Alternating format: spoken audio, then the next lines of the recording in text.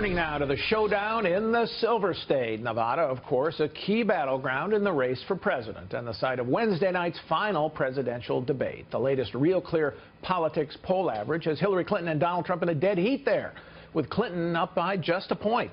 But Nevada also represents the GOP's best opportunity to pick up a Democratic-held Senate seat, with Republican Joe Heck and Democrat Catherine Cortez Masto virtually tied in the race to replace retiring Senate Minority Leader Harry Reid. Wall Street Journal editorial page writer Kate Batchelder is in Reno with the latest. Welcome, Kate. Hi, Paul. So you saw the debate last night. What argument is Joe Heck making for his case in the Senate? The Joe Heck pitch is basically that he can be trusted on the economy, on health care and Obamacare, and on national security. The reason for this is his pitch is that he is a small business owner, a medical doctor, and an Army reservist. So he's been pounding these themes pretty hard throughout his campaign. So he's a brigadier general, too, in the reserve, correct? Correct. So he's not just Yes. you know, like a private like me or something like that. Or I wish I were a private in the reserve, but that's it. So he's had a real legitimate career. What is Cortez Masto saying in response?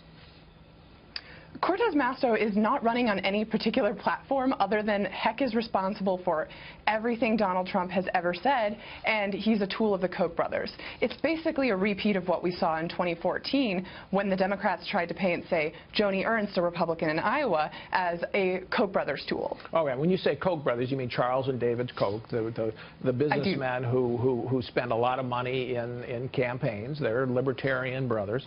So she's trying to attach Heck to them and say you're somehow illegitimate because of that association. Is that working?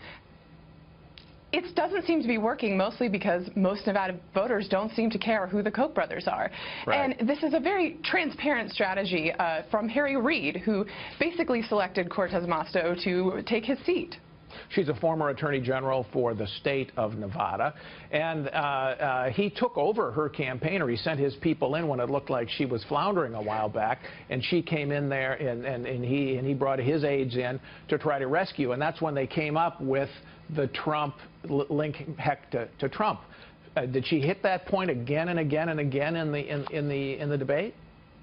Yes, she did. So she tried to say that Heck still supports Trump, and Heck quipped back, "I don't think my opponent has been watching the news the past week." So basically, she's relying on Harry Reid's staff, but you'll notice that Harry Reid is not on the stump with her when Cory Booker is with her today, Elizabeth Warren has been through the state, and Hillary Clinton has campaigned with her.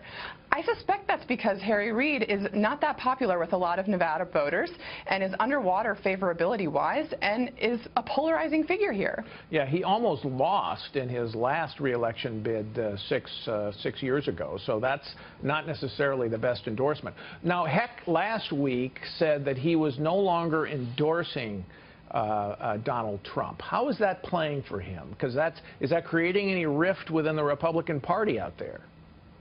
Of course this will have some consequence, but it's hard to know at this point. A GOP internal poll this week showed that 14% of voters were more likely to vote for Heck because of his unendorsement of Trump, and that 14% were less likely to vote. So 70% of voters said they don't care. So it's just a wash. It could be a wash. Democrats are eager to make it seem like Heck will be tanked by walking away from Trump, but that is far from clear. All right, what's the broader political context here in Nevada, the presidential race? Because it's really surprising to me that this is as close as it is, given that Obama carried the state twice, and it has a huge number of Hispanic voters as well as Mormons who haven't exactly been warm to Trump. What's going on?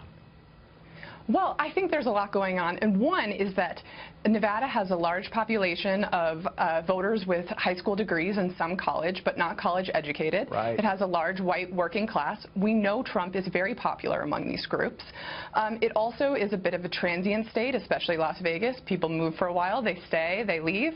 This might be helping Trump. And there's also the fact that Nevada was hit hard by the 2008 recession and has been slower to recover than other parts of the country. And voters are not happy with the economic status quo. All right, interesting, Kate. Thank you very much. Now,